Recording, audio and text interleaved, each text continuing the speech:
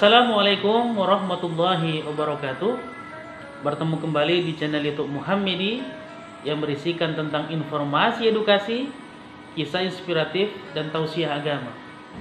Dalam kesempatan kali ini kita akan berbagi sebuah kisah inspiratif bagaimana pertolongan Allah datang kepada orang yang menjaga dirinya dari maksiat. Dikisahkan di satu negeri ada seorang ahli ibadah yang rutin melaksanakan ibadah sholat berjamaah ke masjid subuh, zuhur, asar, maghrib, isya. Dan laki-laki ini dianugerahkan wajah yang rupawan. Di kota itu juga ada seorang gubernur yang memiliki istri yang sangat cantik. Istri gubernur ini mengetahui bahwasanya ada pemuda yang rutin melaksanakan ibadah sholat ke masjid setiap waktunya, sehingga memendam rasa ingin memiliki pemuda itu. Pada suatu ketika suaminya yang seorang gubernur melakukan perjalanan dinas untuk beberapa waktu yang cukup lama, sehingga dengan bisikan setan istri gubernur tadi memberitahu kepada para pegawainya bahwasanya dia ingin memiliki atau ingin tidur dengan laki-laki ahli ibadah yang rupawan itu. Kemudian perempuan ini menyuruh pengawalnya perempuan agar mengatakan kepada laki-laki ahli ibadah ini, nanti begitu mau ke masjid katakan bahwasanya istri gubernur ini mengalami sakit dan perlu bantuan. Ketika mau masuk waktu azan, mereka melakukan rencana mereka dan ahli ibadah ini pun mau membantu. Terkadang kalau orang yang baik, orang yang taat, seringkali dimanfaatkan untuk diperdaya. Dalam konteks ini laki-laki yang ahli ibadah. Begitu sampai di kamar, seluruh pintu keluar dan pintu masuk ke rumah itu ditutup. Lalu istri gubernur ini mengatakan kepada pemuda yang rupawan itu, aku hari ini ingin berzina denganmu. Kalau kau tidak mau, aku akan berteriak dan menuduhmu akan memperkosa.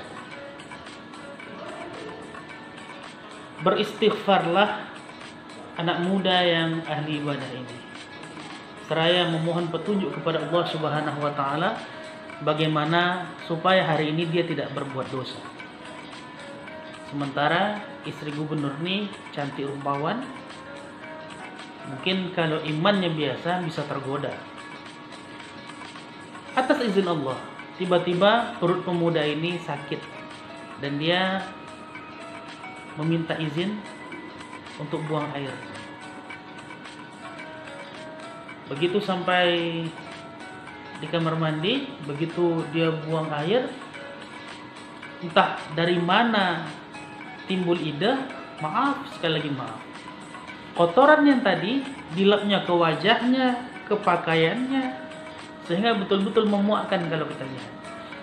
Begitu keluar dari kamar mandi, dia tunjukkan bagaimana kondisi dia sedang dilumuri oleh kotorannya sendiri. Melihat perilaku pria yang soleh ini tadi, akhirnya hasrat atau keinginan dari istri gubernur itu menjadi hilang. Dan dia berkata, aku tak menyangka kau sekotor ini, seburuk ini. Kotoran kau lap ke tubuhmu dan pakaianmu. Silakan pergi kau dari rumah ini. Selamatlah pria soleh itu tadi. Apa hikmah dari kisah ini tadi? Terkadang kalau kita rupawan, laki-laki ganteng, perempuan cantik, itu godaannya sangat besar. Dalam tanda petik, godaan untuk melakukan perbuatan zina. Dan tidak sedikit orang melakukan itu.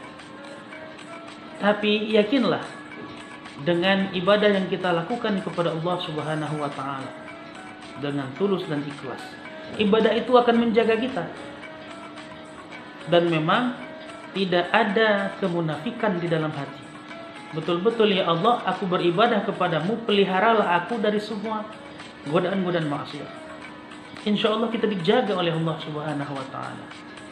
Karena itu, dalam kesempatan kali ini, saya mengajak kita semua, terlepas barangkali kita diberikan kenikmatan wajah yang rupawan, harta yang melimpah, kedudukan, pangkat, jabatan yang tinggi, itu semua adalah cobaan, ujian dari Allah Subhanahu wa Ta'ala. Jika tidak sanggup mengemban amanah atau menerima semua kenikmatan itu, hati-hati bisa menjerumuskan kita kepada kemaksiatan. Dan agar kita terjaga, terpelihara agar tidak berbuat maksiat, mari terus meningkatkan iman dan ibadah kepada Allah Subhanahu wa Ta'ala, seraya membuang semua sifat kemunafikan yang ada di dalam diri kita. Tidak sedikit memang kita mendapatkan informasi ada orang yang kelihatan alim tapi ternyata berbuat maksiat. Itu karena masih ada sifat kemunafikan yang ada di dalam hatinya.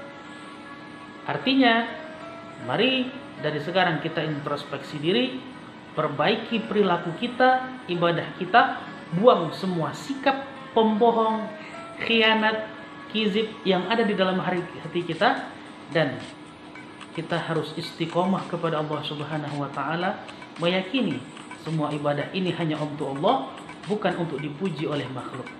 Semoga apa yang kita sampaikan dalam kesempatan kali ini dapat menginspirasi untuk terus semangat beribadah kepada Allah.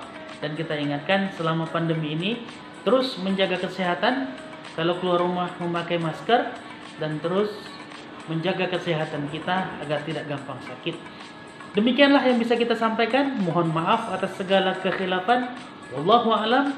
Assalamualaikum warahmatullahi wabarakatuh.